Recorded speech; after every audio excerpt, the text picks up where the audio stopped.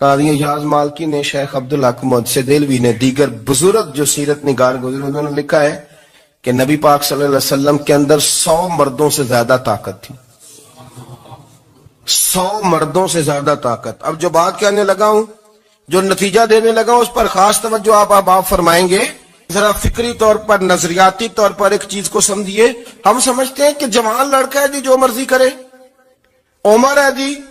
آپ ذرا بات پر غور کیجئے گا کہ حضور صلی اللہ علیہ وسلم میں طاقت 100 مردوں سے زیادہ ہے اور حیا کواری لڑکیوں سے بھی زیادہ ہے.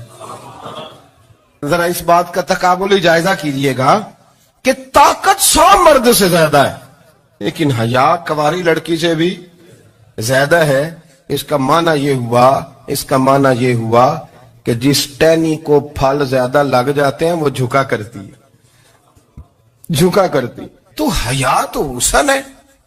حیا تو آپ کو پاک صاف کرے گا، حیا تو آپ کو نرالا کرے گا، انوکھا کرے گا. وہ ہمارے ایک دانشور ہیں، انہوں نے مضمون لکھا، کئی باتیں بڑی پسند آتی ہیں. وہ کہتے ہیں کہ میری اہلیہ، ان کو بھی کسی نے مس گائیڈ کر دیا تھا، حالانکہ اچھی خاتون ہے، کسی نے مس گائیڈ کر دیا. تو وہ بھی سماجی اور ویلفیئر اور یہ خواتین کو شوق ہوتا نا بننے کا، تو وہ بھی سماج کے اندر اچھا مقام تلاش کرنے کے موڈ میں آ گئی. تو کہیں ایک دن جانا تھا تو بڑی بن سور کے میرے ساتھ وہ گاڑی میں بیٹھ گئی. تو میں گاڑی میں، عورتوں کو یہ بھی مسئلہ ہوتا ہے نا کہ ہماری تعریف کرو، تو کئی دفعہ بعد مردوں بیچاروں کو جھوٹ بولنا پڑتا ہے، تو زبردستی کراتی ہے نا جی. تو اس میں گنجائش بھی دی ہے شریعت نے گنجائش دی ہے کہ کبھی بیوی کو راضی کرنے کے لیے خلاف واقعہ بات کرنی پڑے تو کر لینی چاہیے. تو وہ کراتی بھی ہیں. 3 موقع پر خلاف واقعہ بات کرنے کی اجازت ہے.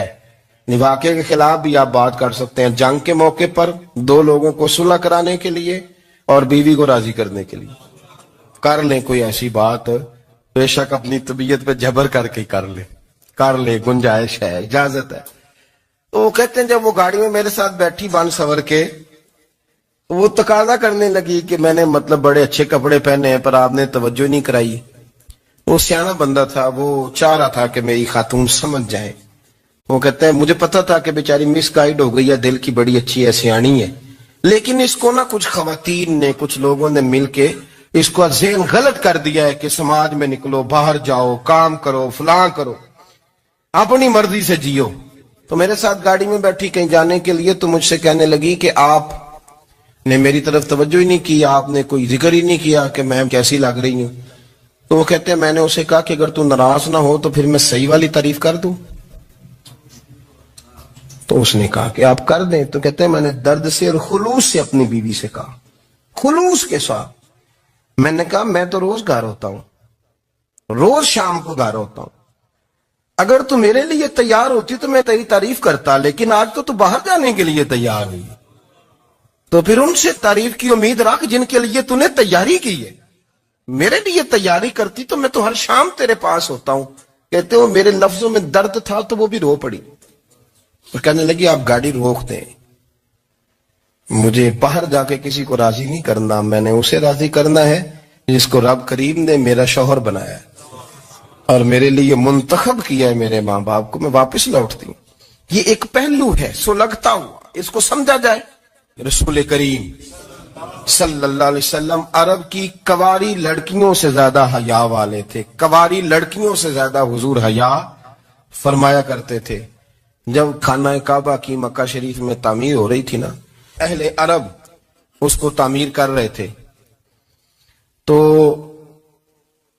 نبی پاک صلی اللہ علیہ وسلم اپنے چچا حضرت عباس کے ساتھ خانہ کعبہ کی تعریف میں مصروف تھے. تو عرب کے لوگ چونکہ لمبا کرتا پہنتے تھے پیروں تک، تو نیچے اگر کسی وقت کوئی چیز نہیں بھی ہوتی تھی تو کسی کو وہ نظر نہیں آتی تھی، چونکہ پردہ رہتا تھا، لمبا کرتا پہنا ہوا ہوتا تھا. تو جب بچے، سرکار کی عمر مبارک بھی ابھی تھوڑی تھی، تو اس طرح بچے جب نکلتے تو وہ کئی دفعہ اپنی تہمت اتار دیتے نیچے سے، اور کوئی مزدوری کرنے لگتے تو 3-4 طے کر کے تہمت کی کندھے پہ رکھ لیتے. جس طرح کبھی دیہاتوں میں لوگ کپڑا سر پہ رکھتے تھے کہ اوپر اگر کوئی وزنی چیز رکھیں گے تو وہ تکلیف نہیں دے گی.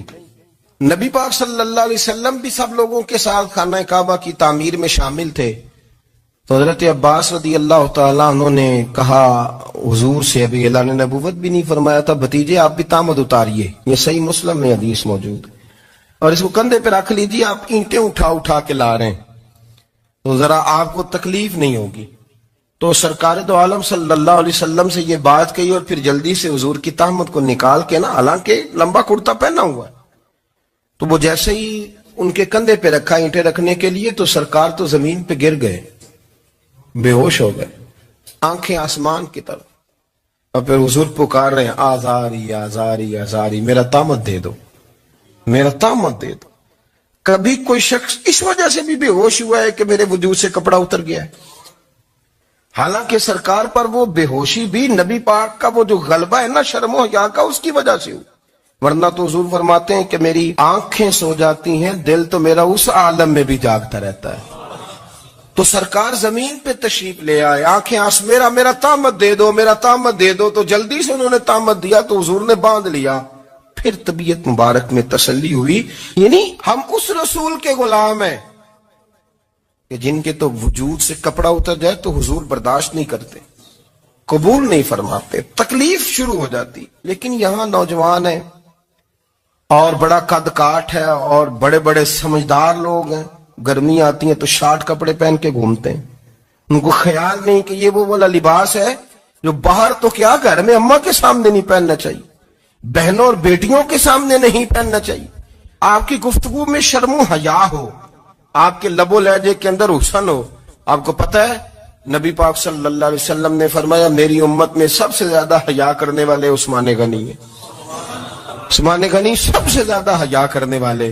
آپ فرمایا کرتے تھے جب سے حضور کا چہرہ دیکھا ہے میں نے کبھی اپنی شرمگاہ بھی نہیں دیکھی، میں نے آنکھوں کا وضو نہیں توڑا، اور جب سے حضور کے دست مبارک میں نے بیعت کے لیے